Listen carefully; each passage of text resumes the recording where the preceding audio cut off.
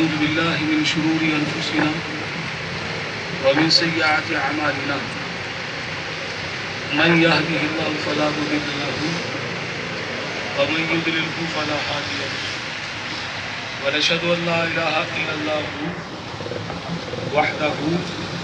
وحده لا شريك له ونشهد أن سيدنا ومولانا محمدا عبده ورسوله أما بعد أعوذ بالله من الشيطان الرجيم بسم الله الرحمن الرحيم لقد جاءكم رسول من أنفسكم عزيز عليه ما عنتم حريص عليكم بالمؤمنين رؤوف رحيم صدق الله العظيم وصدق رسوله النبي الكريم إن الله وملائكته يصلون على النبي يا أيها الذين آمنوا صلوا عليه وسلموا تسليما اللهم صل على سيدنا ومولانا محمد معدن الجود والكرم وعليه وبارك وسلم صلاة والسلام عليك يا رسول الله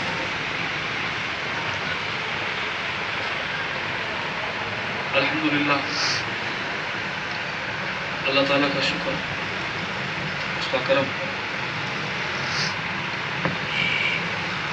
کہ اس نے ہمیں پھر جمع ہونے کی توفیق عطا فرمائی اس کا لاکھ لاکھ شکر اس کے محبوب صلی اللہ علیہ وسلم حضور کی آل پر آپ کے اصحاب پر لاکھوں کروڑوں درود سلام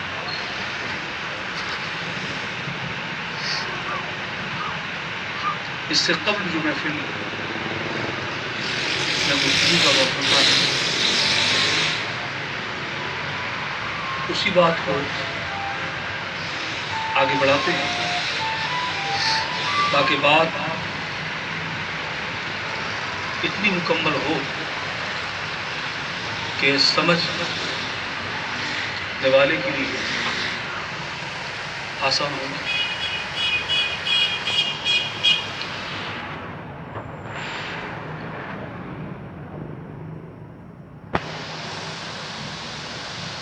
جیسے کہ اکثر بیشتر یہ بات بتائی جاتی ہے کہ اللہ کے اسماء الحسنی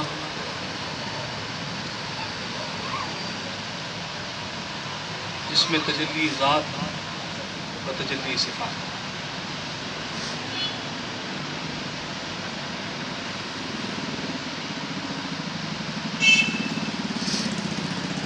یہ دو راستے ہیں فیض کے.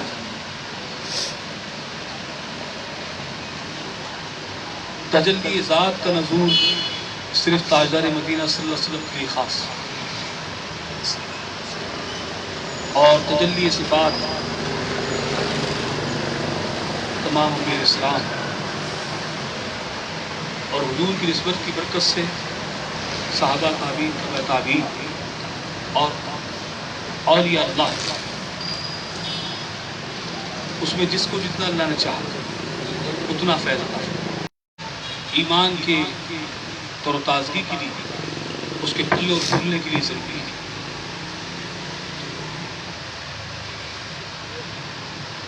بعض لوگ کہہ دیتے ہیں کہ جی اسماء الحسنی میں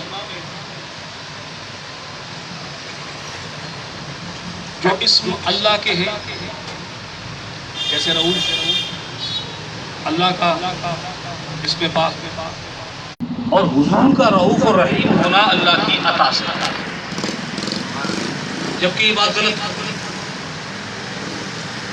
اس لیے کہ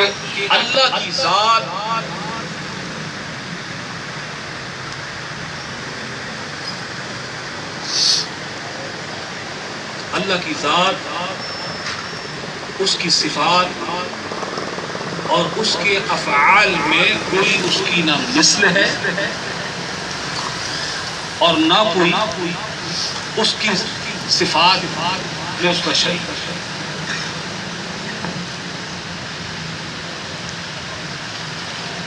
لیسا کمثلہ شیء، اللہ کی مثل کوئی نہیں۔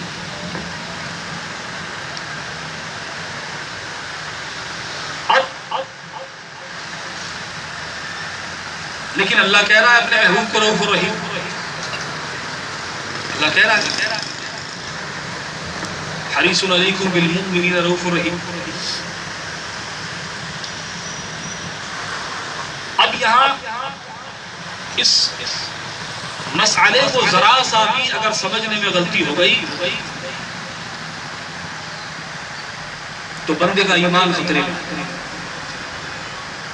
اتنا خطرے میں آ جائے گا کہ وہ سوچ بھی نہیں سکتا، کیونکہ حضرت آدم سے حضرت عیسیٰ علیہ السلام تک اور حضرت عیسیٰ علیہ السلام سے حضور سرور کائنات کی ذات پاک سے قیامت تک اصل جو مسئلہ ہے وہ یہی ہے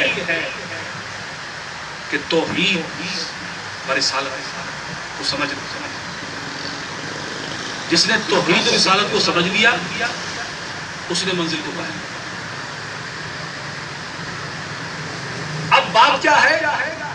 بات یہ ہے اللہ فرماتا ہے اللہ بالناس رؤوف رحیم، اللہ بالناس رؤوف رحیم، اللہ ساری انسانیت کے لیے رؤوف الرحیم ہے، اور حضور کی ذات پاک جو ہے بالمؤمنین رؤوف الرحیم، مومنین کی رؤوف الرحیم۔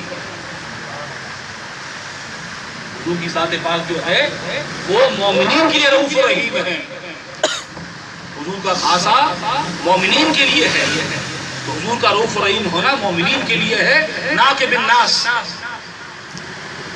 نہ کہ بالناس۔ دیکھیے نا، یہ بھی تو قرآن میں ہے کہ اللہ فرماتا ہے کہ میرے حبیب اور میرے حبیب کے اصحاب جو نا کفار کے لیے بڑے شدید ہیں۔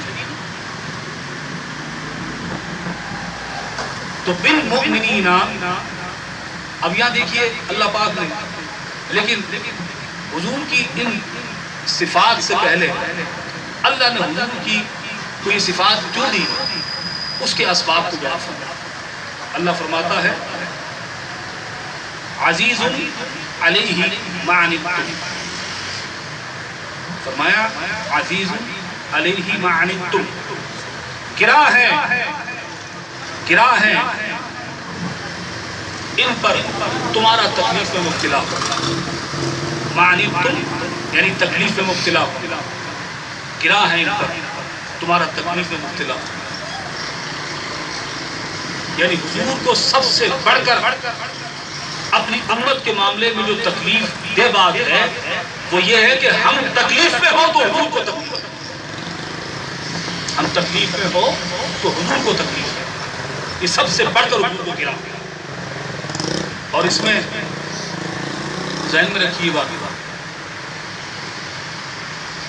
ہم سوچیں کہ دنیاوی تکلیف کا معاملہ، ہر معاملہ اس میں ہے، لیکن اس میں جو اولین چیز ہے جس سے حضور کو سب سے زیادہ تکلیف، جو حضور پر سب سے زیادہ گرا ہے، وہ ہے ہمارا نیک اعمال سے ہٹ جانا، برے اعمال کا اختیار کرنا، اور ایسے اعمال کی طرف راغب ہونا کہ جس سے انسان جہنم کی طرف بڑھتا ہے۔ اور پھر اللہ فرماتا ہے حریص علیکم، کیا فرمایا؟ حریص علیکم، تمہاری خیر خواہی کے نہایت چاہنے والے ہیں۔ حضور جو ہے نا اپنی امت کے خیر خواہی کے، بھلائی کے نہایت سب سے بڑھ کر چاہنے والے ہیں۔ اور پھر فرمایا بالمؤمنین رؤوف الرحیم۔ اب دیکھیے یہاں پر یہ حضور کی اسم پاک کا ذکر ہو رہا ہے، رؤوف الرحیم۔ اب رؤوف اور رحیم سے پہلے بالمؤمنین ہے، رؤوف اور رحیم سے پہلے کیا ہے؟ بالمؤمنین۔ سمجھانا کیا مقصود؟ جبکہ رحیم پہلے ہونا، رؤوف پہلے ہونا زیادہ بہتر معلوم ہوتا ہے، مگر بالمؤمنین پہلے کیوں ہے؟ بتانے کے لیے کہ میرا حبیب رؤوف الرحیم ہے تو فقط مومنین کے لیے، اور میرے حبیب کو رؤوف الرحیم وہی مانے گا جو مومن ہوگا، اور جو مومن نہیں ہوگا وہ نہیں مانے گا۔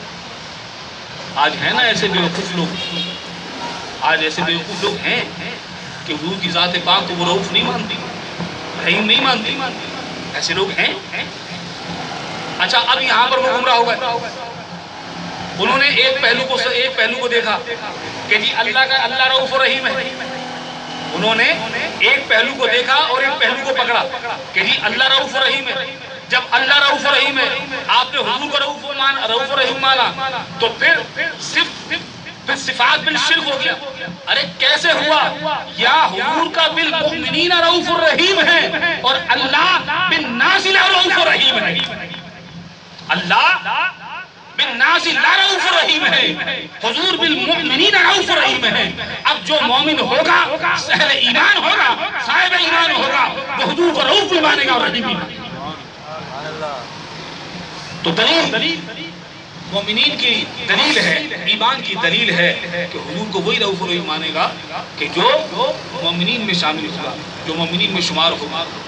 اب یہاں ایک طبقہ یہ بھٹک گیا، دوسرا اس طرح ان چیزوں کو جاننا کہ یہاں پر عطائی ذاتی اور عطائی کا معنی نہیں ہوگا۔ اس جگہ پر بہت سارے مقامات پر یہ معنی کیا جائے گا، مگر یہاں پر ذاتی اور عطائی کا معنی نہیں ہوگا، کیونکہ یہاں پر ذاتی اور عطائی کا معنی ہے ہی نہیں۔ اللہ بالناس رؤوف الرحیم ہے، حضور بالمؤمنین رؤوف الرحیم، یعنی اللہ ساری انسانیت کے لیے رؤوف الرحیم ہے۔ دیکھو نا، جو اسے مانتے ہیں وہ ان کو بھی دیتا ہے، جو نہیں مانتے وہ ان کو بھی دیتا ہے، جو اس کی مخالفت کرتے ہیں وہ ان کو بھی دیتا ہے کہ نہیں؟ اب کمیونسٹ طبقہ جو ہے وہ تو معبود کے وجود کو ہی نہیں مانتا سرے سے، مگر وہ ان کو بھی دیتا ہے، سب کو دیتا ہے۔ کیوں؟ کہ وہ رب العالمین ہے، اس نے پیدا کیا ہے، وہ رب العالمین ہے، اس نے پیدا کیا ہے۔ اللہ کا رؤوف الرحیم ہونا بالخالقیت ہے اور حضور کا رؤوف الرحیم ہونا بالمؤمنین، سمجھے؟ تو بالخالقیت اور بالمؤمنین رؤوف الرحیم کا فرق جو ہے وہ ذہن میں رکھیے۔ جب یہ عقیدہ اس طریقے سے آپ نے اپنے ذہن میں رکھا تو پھر حضور کا رؤوف الرحیم ہونا جو ہے نا وہ ایمان کی جان بن گئی۔ حضور کا رؤوف الرحیم ہونا وہ ایمان کی جان بن گئی۔ اس نے ایمان کو تر و تازگی بخش کی، اس نے ایمان کو سحراب کیا، اس نے ایمان کو روشن اور منور و معطر کیا۔ اور اگر سمجھنے میں غلطی کر دی ذرا سی بھی، عقیدے میں خرابی پیدا ہو گئی۔